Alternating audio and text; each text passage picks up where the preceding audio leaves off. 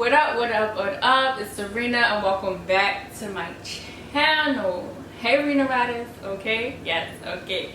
So if you're new, subscribe, hit that subscribe button and hit that notification bell so that you know when I upload a new video, and comment down below and like right here, like hit that like button. And yeah, and if you wait, hold up, because I've noticed that some of y'all aren't even new. Y'all come back for every video but trying to subscribe. Like, why? Like, what you doing? What are you doing? Like, just let me know, because I don't understand. But anyway, let's get it started into this video. Niggas is falling, oh my god, like I'm Harden. If a killer ain't fucking with how you move, 5 minutes he gon' off. Okay, so in today's video, I'm going to actually be talking about my bad, I got a list. This should be on here. Okay, so I'm actually going to be talking about the time that I was homeless. If you guys probably already know by the title that this is what the video is going to be about. Okay, so where do I even start? The time that I was homeless, not just me, it was my mom, me, my oldest sister, and my 2 younger sisters. So I believe it was 2013, the year that I started high school. So the summer before high school, it was, I want to say June. It was either June or July of 2013. I was homeless. Yeah. So where did I start? Okay. So my mom, basically, she wanted to leave Philly. You know, I feel like everyone goes through that phase where they want to leave their state, they want to start fresh. You know, my mom had her reasons of wanting to leave Philly. So sometimes me and my little sister would help her look for places. We would look for places on Craigslist, stuff like that. You know, I would help her out. At the time, I believe I was 15. Yeah. So, you know, me and my older sister at the time, if I'm 15, then she's 17. But, you know, we would help our mom look for, you know, this was before I was put into foster care. This was like a year before I was put into foster care. But, you know, we would help her look for, you know, houses and stuff on Craigslist. She wanted to move to North Carolina, so we would help her look out in North Carolina, blah, blah, blah. A while of looking. And then, out of nowhere, I think my mom, she said she found a place. So, like, me and my sister's like, okay. Yeah, we were kind of okay with starting fresh. You know, we thought that it would be the greatest experience ever. You know, it was a change. We wanted to go to a new school, yada, yada, yada. It seemed like it happened out of nowhere. Like, with the snap of a finger, it seemed like we was already at Amtrak. So we ended up taking Amtrak down to North Carolina. It was me, my mom, and little sisters. We had a few suitcases. We had a large suitcase and like 2 smaller suitcases, I believe, or 1 smaller suitcase. It was just that. We didn't have anything else. We didn't have furniture. We didn't have a car, obviously. We didn't have anything else but clothes, you know, and probably snacks, but that's about it. So me and my mom and sisters, we go to Amtrak. I remember my grandma ended up taking us to Amtrak. So we said our goodbyes to her, and we were on our way to North Carolina. So when we get there, you know, I remember us getting off the train, and it was late at night, so it was dark. And, you know, we went to this bar, we asked for directions, stuff like that. And the bar people ended up calling us their local taxi guy. So somebody, I guess they knew that, you know, the taxi and stuff like that. So, you know, we called the guy. It took a while, but we get into the taxi and we drive. I believe it's around Charlotte/Raleigh, North Carolina. So it seemed like we were driving for hours, 2 hours, I believe. We're driving for quite a while, and I realized, me and my older sister, we realized that, like, we're going to need a car to get back and forth from this house that we were allegedly going to move into. So we were just driving. It was like in the forest. It's like if you're from Philly and you've been to Jersey, you know how like you need a car to get around and stuff like that. But we didn't have a car to get around. So basically we were just like, dude. So we finally get there. We pull up into the driveway. We could barely see the house besides like the little front door light thing that didn't really light up crap. But we knew there were dogs somewhere because we heard dogs. But so I guess my mom calls the person and tells them that we're there. And first of all, the taxi bill came up to like $200. Bruh. Like, where we gonna get that $200 from? Anyway, we're not gonna get into that. I'll probably get into that later. But so basically, yeah. So we get there. My mom calls the person like, we're here. Yada yada yada. She was on the phone. She sounded upset. And I'm kind of like, you know, something's going on. Make sure I'm still recording. Something's going on because like, why do you sound so upset? You know, we're here. We were all tired. Me and my younger sisters, me and my older sisters, we were tired. All my sisters, we were tired. And she was on the phone. She sounded upset. And then I guess the taxi driver was like, what's wrong? My mom was like, they didn't like something about we weren't supposed to be here, or they didn't sell us the property.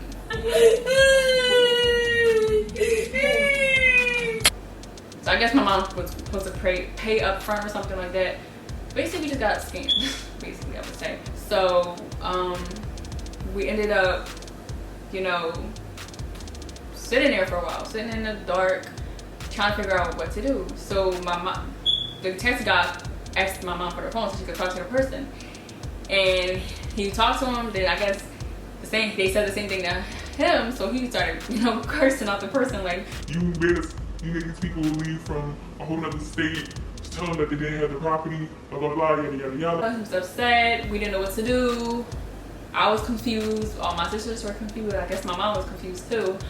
So yeah, so we didn't get past that. So we didn't get the plate. They weren't going to just pop up like we'll just switch the plate or whatever was going on.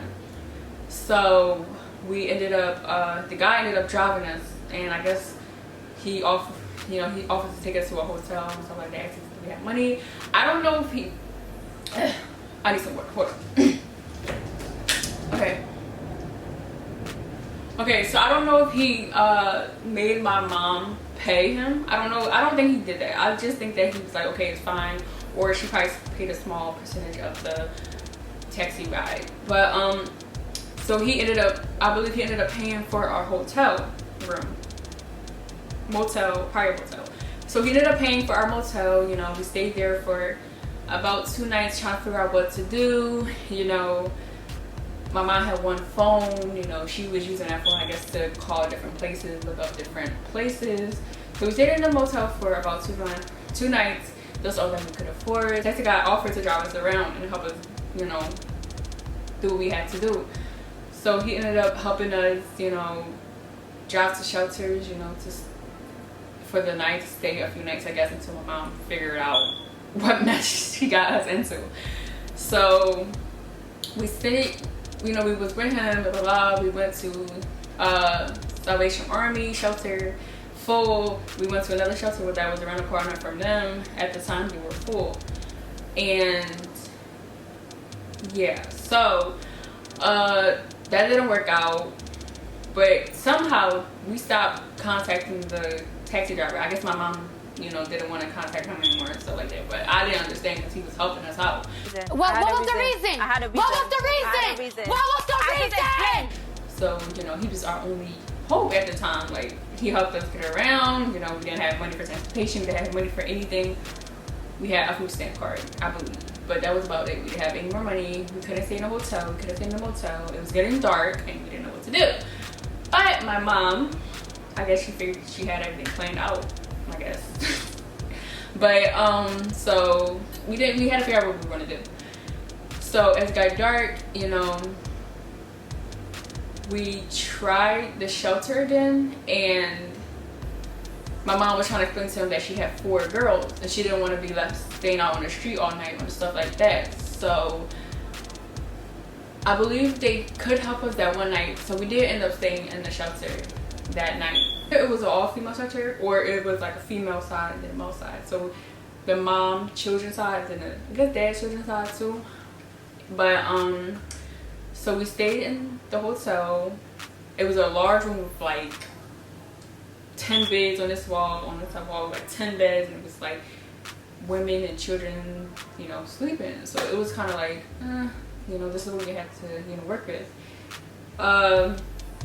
Family wise, I don't know if my mom called my grandma about, well, I know she knows now, but I don't know if she was contacting her and communicating with her, the situation. I remember me and my older sister did call our older sister, telling her the situation. I think she was offering to drive out and pick me and my sisters up, but I don't know if my mom was like, no. You know, my mom had everything figured out, obviously.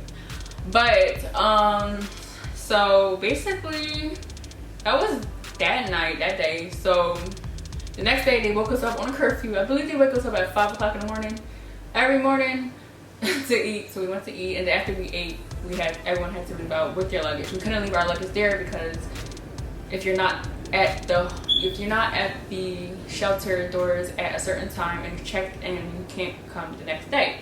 Across the street from the shelter was filled with like homeless people and stuff like that. They had like homeless men and stuff like that. So we would stay there. Me and my sisters, we would just be playing around the park, and we would be waiting for, you know, the next day so that we can go back into the shelter. So I guess even though the Salvation Army was filled, we were able to eat lunch there. They would have food provided for homeless people at the time that we were homeless. My mom was doing what she felt like she needed to do to figure out the whole living situation thing. So the next day, we didn't get to the steps on time, so we couldn't check in. So that meant that we were going to have to stay outside all night. Yeah. So that was the first night that we actually had to be officially homeless. We didn't have a bathroom. We didn't have anything. But we stayed on the steps of the parking garage. That night, until we had to be removed, because I work at a parking garage now as security, so I know that, you know, when they do their tours and if they see you on the steps, you know, you have to go, like, you can't stay. But it was for kids, and I'm just like, y'all not, you know, you can't give us a little leeway right now. But I kind of understand now that I'm a security guard at a parking garage, so that's kind of coincidental. That was that. We had to move, and I believe after we moved, we went to like steps, and yeah. So I'm like, talking about it is like making all these memories come back, but I'm not going to touch on too much because it would be a way too long of a video for all of that. But so yeah, my mom, she basically we're trying to figure out what to do. Me and my sisters, we just, you know, we were just trying to help her out as much as we could by like giving her suggestions. We suggested we go back home, but you know, that wasn't an option that she wanted to take. You know, we suggested that she allow my older sister to come pick us up, at least me and my younger sister, so that we wouldn't be in the situation that we were in. But no, she didn't want that. Some nights we missed the time, or you know, stuff like that. So when we would miss the time to get to the shelter, we would end up either sleeping at like a museum, on the museum steps, or we would end up sleeping on either at the museum steps, like hidden though, because my mom knew that if she got caught, we would have to be taken away from her, possibly. So that we would have been in foster care, you know, I guess in North Carolina or something like that, or however their process is.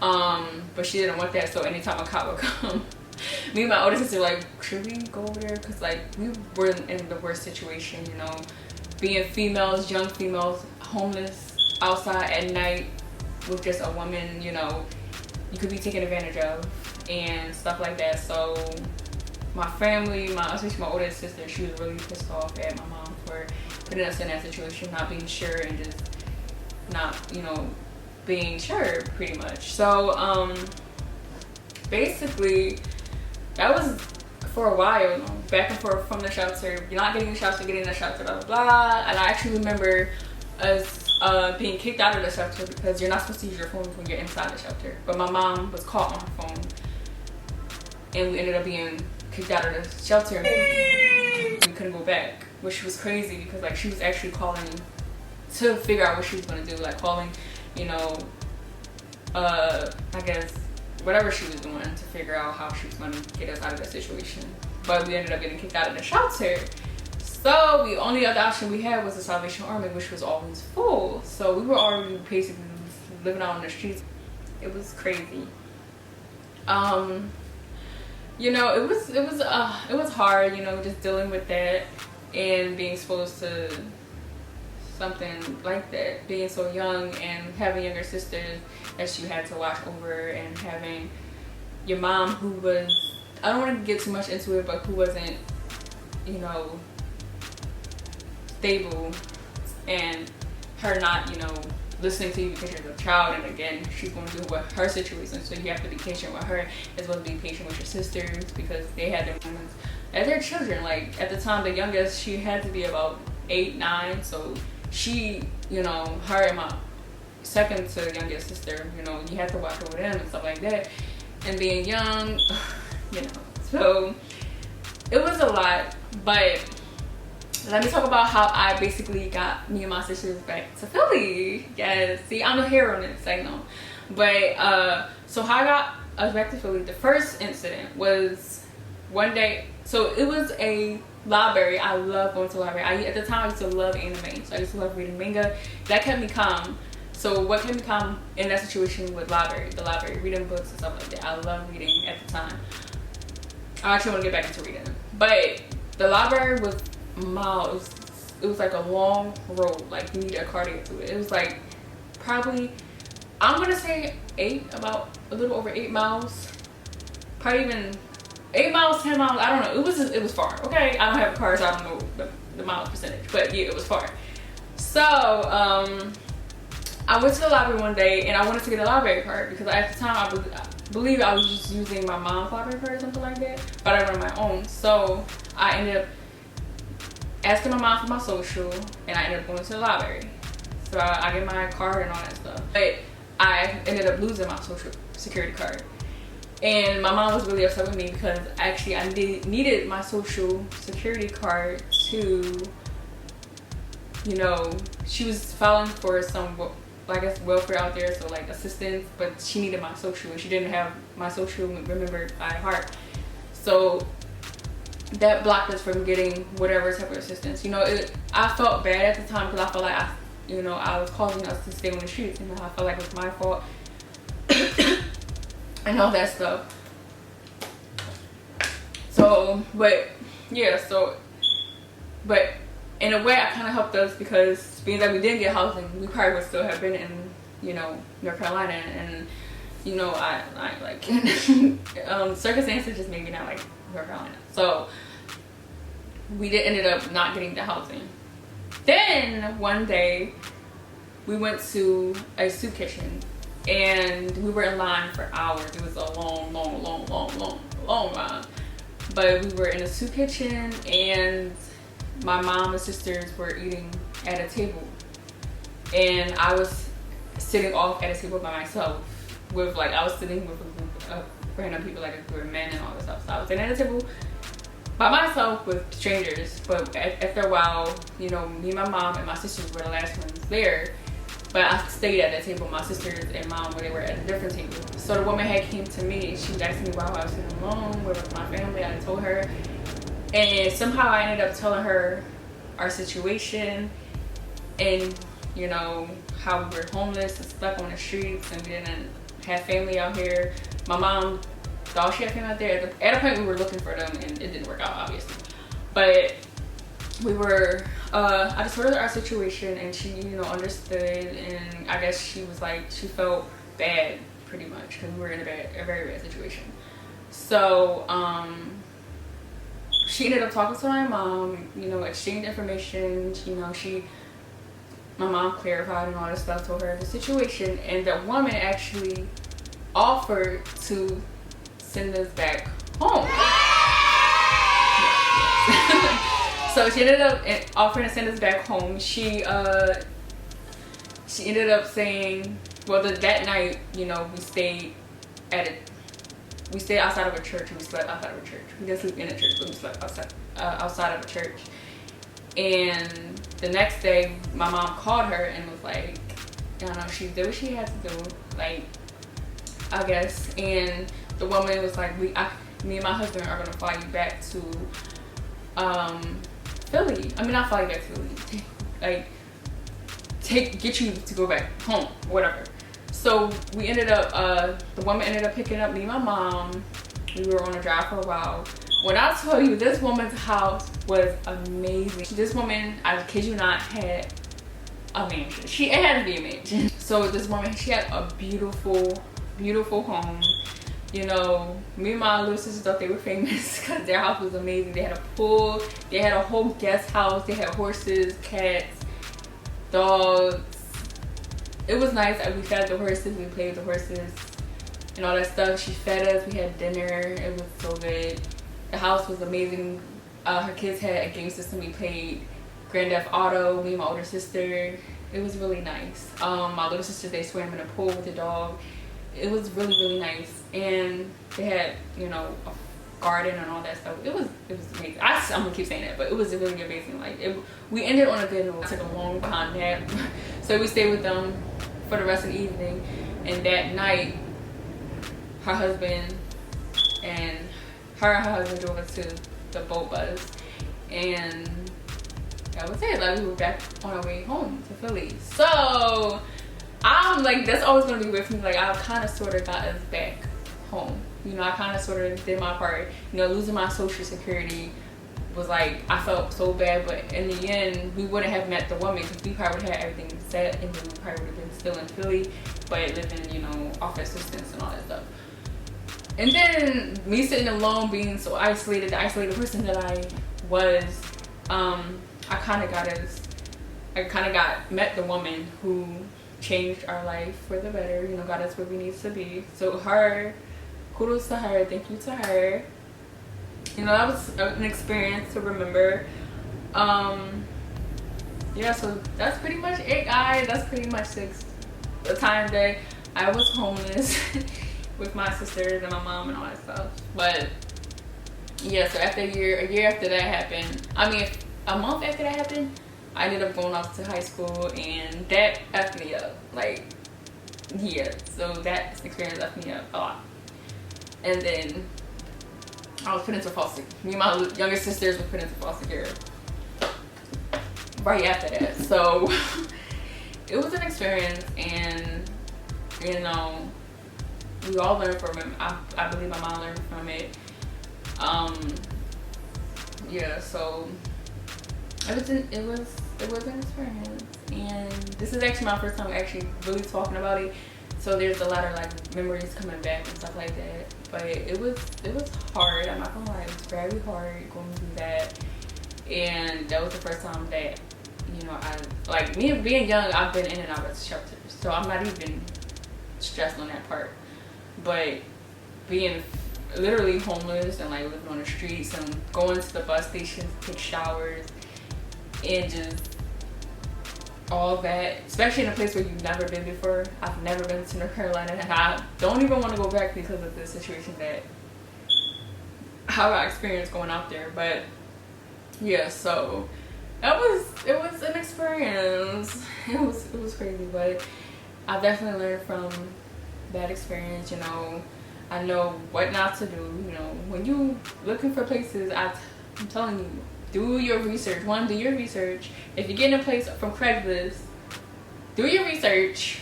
Call as many people as you need to call. You know, email as many people as you need to message. Don't go out there just nonchalant, especially if you have kids, girls especially, but boys too. Like, no, like, if you're going to do that, leave your kids home. You go by yourself. You get yourself situated.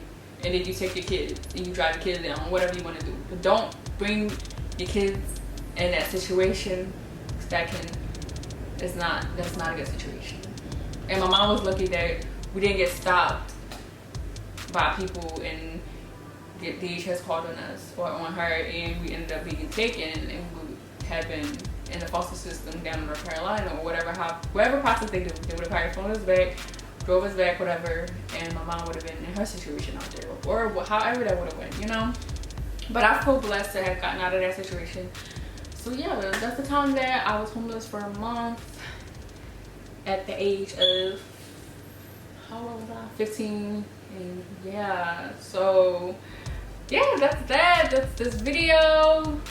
Like this video if you found this interesting. Comment down below. Hit that subscribe button if you want some more videos like this, because I got plenty of videos. I got videos for days. But it just all comes down to me feeling like if I could, you know, really give y'all what y'all want to see. And I feel like part of the reason why I'm not posting, because I don't want to give y'all bad quality. Like, me just sitting here talking to y'all, I feel like it's boring. So I don't know, we'll see how that goes. Oh, my camera's dying, so I'm gonna make this I'm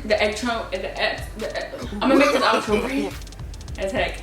So thanks for watching. Subscribe if you have not subscribed. If you're new, subscribe. If you're back, subscribe. Just subscribe because I got more content to come. And yes, so thanks for watching, guys, and I'll see you guys in my very next video. Bye.